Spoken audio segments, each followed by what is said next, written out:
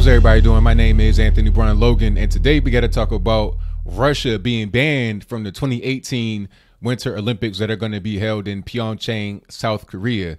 And this is a very big story because Russia in 2014 had the Winter Olympics in Sochi. Okay, they were the host. They were one of the biggest nations as far as bringing athletes. I'm not really sure how many they had. It had to have been in the hundreds to the actual Olympic Games. They're right up there with the United States, Canada, Brazil, etc. They bring a lot of athletes and a lot of money to the Olympics, but they've been banned on the count of they've been accused of widespread doping from an official level, like from a state level. They're saying that they were engaged in doping. I even saw something that said that they were on a level of East Germany. It's kind of some Russophobic rhetoric that's been spewed about. And it's interesting because a lot of it is coming from the liberals who claim to be so progressive and open and loving of all peoples. I can't really tell, but I digress. What I'm going to do right now is play a video from RT. Now, don't get triggered. I know RT, that's Russian state-run media, but I mean, we have our own state-run media over here. We have PBS, CBS, CNN, ABC, NBC, etc. Some of them are funded directly by the government and some are not. However, when you have some of the executives over at CNN, NBC, ABC that are married to, related to, best friends with people that are in high levels of government, how can you not call it state run? Okay. They're in direct collusion with the federal government, whether they want to admit it or not, whether it's official or not. RT just out and open with what they are. But at the end of the day, this person who's talking is not a Russian. I think they're from the UK or the United States. But listen to what they say about this whole situation, why it's politically driven. After we get done watching that, I'll come back. We'll talk about what's going on with this situation, and then I'll give you my final thoughts. So without further ado, go ahead and roll it. Well, Thomas Bach, the president of the International Committee, gave his assurance the decision was not politically motivated. This is what he had to say. The IOC is politically absolutely neutral. We would not allow to be influenced by any kind of political considerations in such sporting matters. Just listening to the press conference, and they fielded exactly that question, and they said this isn't a political decision. But of course the world knows that it's exactly that. This has been a controversy that has been clouded in political judgment, and it's impossible to separate this particular decision from what's going on in the rest of the world regarding fake news and the alleged intervention of Russia into Britain's Brexit vote and even the American presidential elections. So there is a lot of this kind of stuff swirling around the world at the moment. A lot of it is beyond belief, frankly, but people are accepting some of it. So I don't think you can disentangle the two things. Okay, so you saw that. You see what's going on.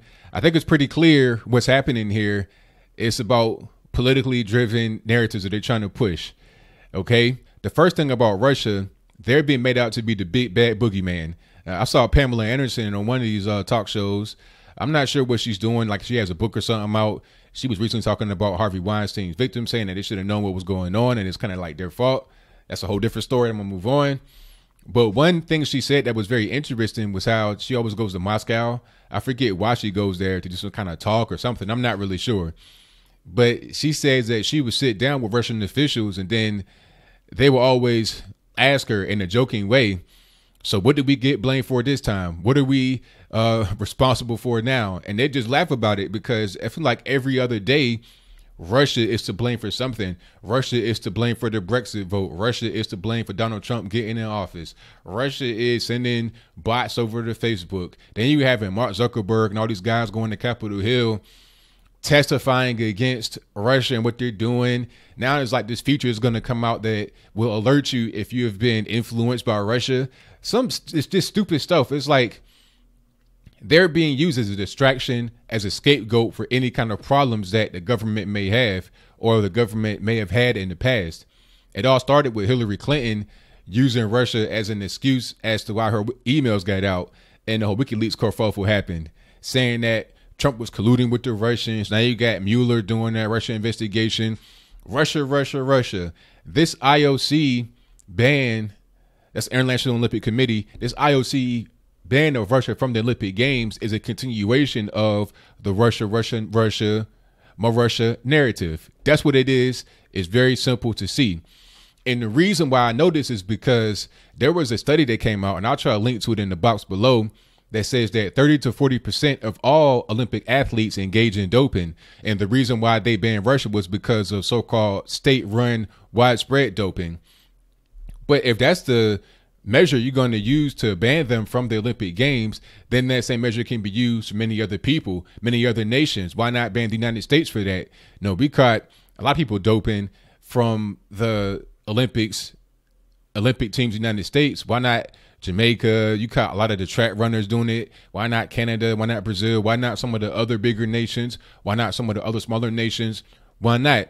It's a clear political move. And the reason why I know that the IOC is political, I've done videos about how corrupt they are. That's a whole different ball of wax. I think I did one about the transgender issue, and I'll link to that in the description box below. But did you know that the IOC will now allow people that were born male who now identify as female to compete with women? Oh yeah, if you are a transgender person, you can identify as whatever you want, and then you can compete with them. And I'll place a picture right here on the screen before you that was a subject of my video that I did, and you can see this man, how big he is compared to the women. This dude's playing basketball. How is it fair to have this 6'8", 7 foot tall man playing basketball among other women? It's unfair. This is Juwanna Mann, the movie, come to life. And I'm really just surprised that this is happening right now in 2017. But then again, I'm not surprised. You got so much identity politics going on. Everybody wants to be part of a cult or some kind of group, some kind of something, to the point where they'll start to mutilate their bodies. They'll change their name, you know, like Bruce Jenner. Prime example. You were the cover of the Wheaties box. You were the man's man, the Olympic athlete. Now you are a woman in your late stage in life. I mean, this is ridiculous. It's becoming like a trend or a fad. And it is something that is backed up by the progressive, so-called progressive left and the progressive media. Now you have the IOC kowtowing to them.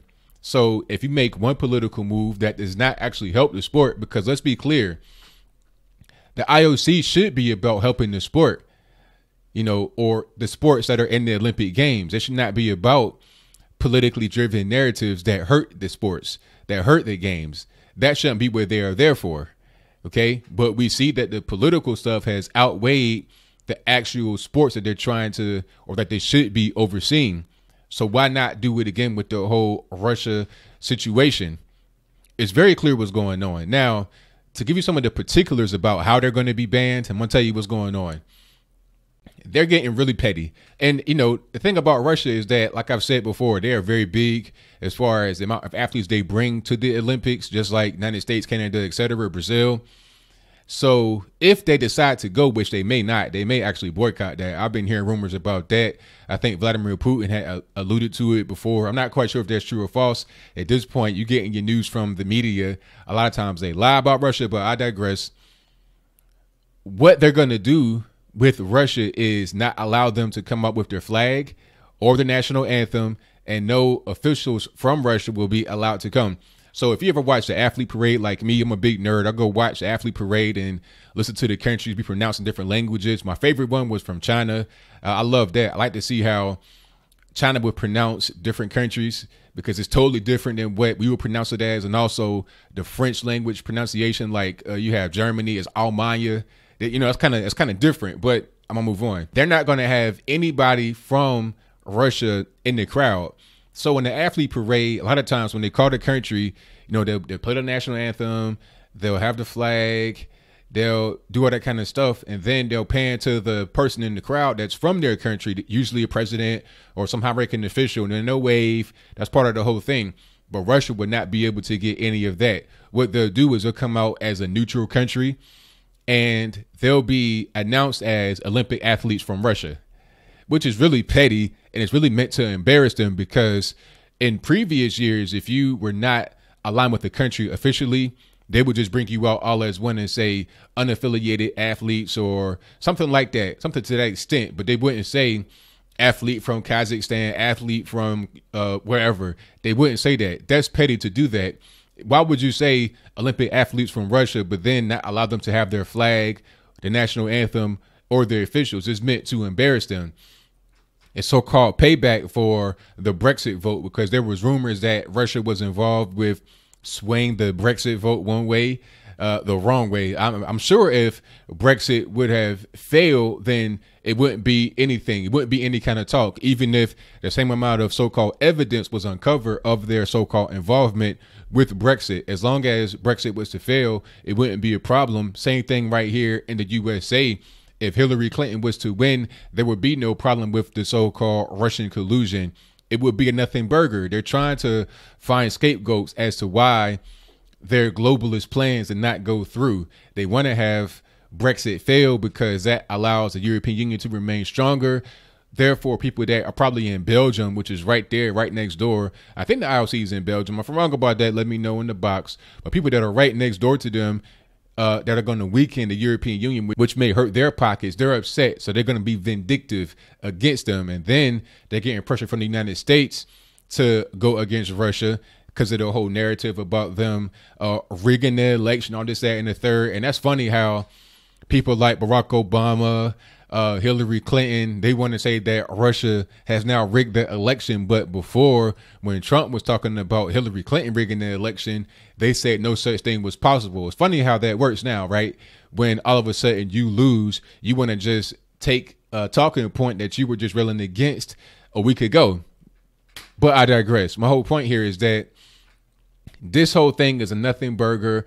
Russia did nothing wrong. Just because you caught some guys in doping means nothing, because if that's the case, then what about everyone else that gets caught with doping who are not actually Russian? There are many other nations who do the exact same thing. Why not ban them? And then the whole thing about calling them out, Olympic athletes from Russia, you're trying to embarrass them. If I was Russia, I wouldn't even go. I'll just be like, you know what? I'm good. Stay at the crib for what? Like, why? And I think like if they win medals, it doesn't even count towards the total. So it's like, what's the point of doing that? So I'm pretty much done. What do you think? Do you think this move from the IOC was politically motivated because of Brexit, because of Donald Trump winning, because of Russia having to be this big bad guy, right? And if you think that the ruling was fair and it was just, then please explain to me why. Why not the other countries who've done the exact same thing, who've engaged in so-called doping? Where is the evidence that it was so widespread on the state level, like East Germany? Like they're saying some stuff from the Soviet Union. They're trying to bring up the Red Scare again to make Russia look like they're a bad guy. But I just don't see it. I don't like being manipulated or played like that. But whatever your comments are, please let me know in the comments below. And that's all I got to say for this video. If you like what you heard, please comment, rate, share, and subscribe. Peace.